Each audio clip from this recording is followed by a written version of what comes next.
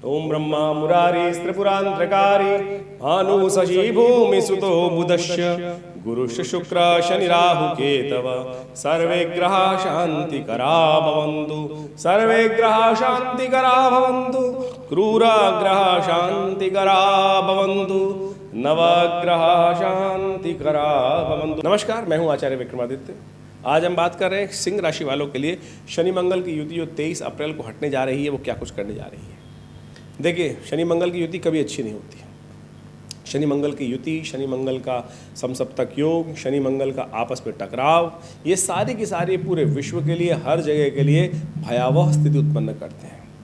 और आपकी राशि के अनुसार से यदि हम बात करें तो विशेष तौर पर शनि महाराज जो हैं आपकी राशि के अनुसार से सप्तम भाव में स्वामी हैं और सप्तम भाव में सुंदर तरीके से विराजमान है सिंह राशि वालों के लिए। और ऐसे में पिछले करीब 2-3 महीने यदि हम देखें, पहले सूर्य ने शनि को अस्त कर दिया था, फिर मंगल और शनि की युति बन गई थी। ये दो पिछले लगातार शनि के शुभ प्रभाव को 30 वर्ष बाद ये योग बन के आया और शनि के शुभ प्रभाव को आपको प्राप्त करने में अनेक प्रकार से शनि मंगल के युति ने, सूर्य और शनि की युति ने परेशान करने का योग बनाया। तो ऐसे में अब ये 23 अप्रैल को जो मंगल का परिवर्तन होकर मीन राशि में जाना है, ये आपके लिए एक तरह से ओवरऑल तरीके से बहुत सुंदर योग बनता दिखाई दे रहा है। और ये आपके नए संपर्कों में ये जो परिवर्तन हुआ है, ये समझिए क्या क्या करेगा आपके लिए। नए संपर्कों में इजाफा करने के योग देगा, बहुत अच्छे बड़े बड़े विशाल हृदय लोगों से मिलाने का आपको कार्यक्रम बना सकता है। और आने वाले समय में बृहस्पति भी परिवर्तित होगा। अभी तो शनि की दृष्टि बृहस्पति पर आपके भाग्य साथ में विराजमान होते हुए उन पर पड़ रही है, लेकिन वो भी बहुत जल्दी लंबी नहीं है।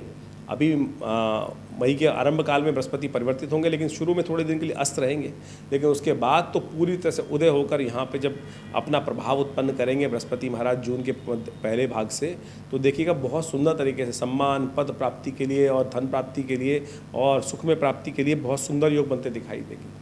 तो हमें ये दिखाई देता है कि शनि मंगल ने जो अशांत वातावरण बना रखा था, पूरे विश्व में अशांत वातावरण बना रखा था, वो तो अभी ऐसे चलेगा, क्योंकि इस साल जो है शनि मंगल की युति पूरे साल चलनी है, ऐसे नहीं ग्रहों के हिसाब से नहीं। क्योंकि शनि महाराज जो हैं वो मंत्री हैं और मंगल महाराज राजा हैं। वो हमने आपको अलग से एक वीडियो में बनाया था। कालयुग नाम का जो संवत है उसका प्रभाव ही ऐसा है, विश्व में ओवरऑल अशांति का वातावरण रहेगा। लेकिन यदि हम बात कर रहे हैं सिंह राशि वालों के लिए, तो हमें दिखाई देता है कि ये समय आपके लिए व्यवसाय, बिजनेस, कई क्षेत्रों में आगे बढ़ने के योग बनाते दिखाई देंगे। और बृहस्पति से शनि मंगल का जो टकराव हट गया है वो आपके लिए बहुत मन को शांत करने वाला, आगे बढ़ाने वाला, नए प्रकार से नया जीवन में उदय करने के योग बनाने के अच्छे योग बनेंगे। 23 अप्रैल के बाद से शनि मंगल की युति हट रही है। ये आपके मनोमस्तिष्क से आधा जो प्रभाव, नेगेटिव प्रभाव है, वो दूर करने का वातावरण बनाएगी, बहुत सुंदर वातावरण बनाएगी।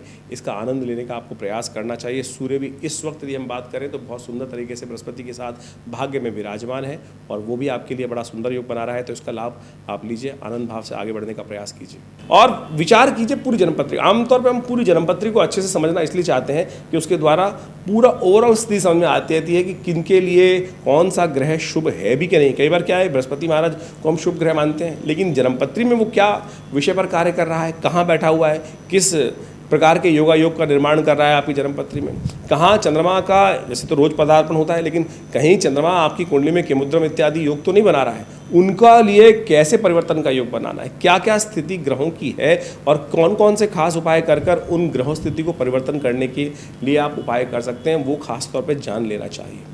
और हमारा ये संस्थान विशेष तौर पर लगातार ऐसे ज्योतिष के बहुत सारे विषयों पर बहुत सारे शोध कर बहुत सारी पुस्तकें भी लगातार छापने का प्रयास करता ही है। बहुत सारे कार्य करते रहते हैं, बहुत सारे आश्रम पर नित्यपति यज्ञ भी चलते हैं, उन सब में भी आप सम्मिलित हो सकते हैं। हर रविवार को एक विशेष कार्यक्रम होता है, हर मंगलवार को विशेष तौर पर भगवान का स्तवन होता है। माँ दुर्गा की सिद्ध प्रतिमा है जो 1947 में मुल्तान से आकर यहाँ प्रतिष्ठित है। आज आचार्य श्री केशव देव जी के द्वारा इस संस्थान की स्थापना की गई 1900 करीब 60 के आसपास। और तब से विभिन्न पराविद्याओं के विषय पर हम लगातार कार्य करते रहते हैं, चाहे वो मंत्र विज्ञान है, चाहे वो यज्ञ विज्ञान है, चाहे वो विशेष तौर पर और भी योग इत्यादि, ज्योतिष इत्यादि, आयुर्वेद इत्यादि, इन सब पर। हॉस्पिटल भी है, योग प्राकृतिक चिकित्सा का 100 बेड का हॉस्पिटल है, गौशाला है आश्रम के अंदर। दिल्ली जैसे क्षेत्र में लगातार हम पिछले करीब 50-60 सालों से ये सुंदर कार्य, अध्यात्म के संबंध में कार्य यहाँ से करने का प्रयास कर रहे हैं। और आप सब लोग हमारे आश्रम से जुड़ सकते हैं। और बहुत सारे हॉस्पिटल है, योग प्राकृतिक चिकित्सा आयुर्वेद का एक 100 बेड का हॉस्पिटल है जो आश्रम में कार्यरत है, सेंट्रल गवर्नमेंट के पैनल पर है, दिल्ली गवर्नमेंट के पैनल पर है। बहुत सारी संस्थाओं के साथ मिलकर हम समय समय पर विशाल कार्यक्रम करते रहते हैं। और आप सब भी हर जो यज्ञ इत्यादि में भाग लेना चाहते हैं तो रविवार का एक दिन हमने जनरल सबके लिए रखा हुआ है। यहाँ पर हर रविवार को सुबह 8 से लेकर करीब करीब 10 बजे तक विशाल भंडारे के साथ ये कार्यक्रम चलता है। तो आप सब उस यज्ञ में सम्मिलित होकर माँ भगवती के सानिध्य में बैठकर दिव्य यज्ञ का आनंद लें और देखिएगा भारतीय संस्कृति में यज्ञ के द्वारा अद्भुत लाभ कैसे मिलते हैं, उस सब संबंध में आपको लाभ प्राप्त होगा।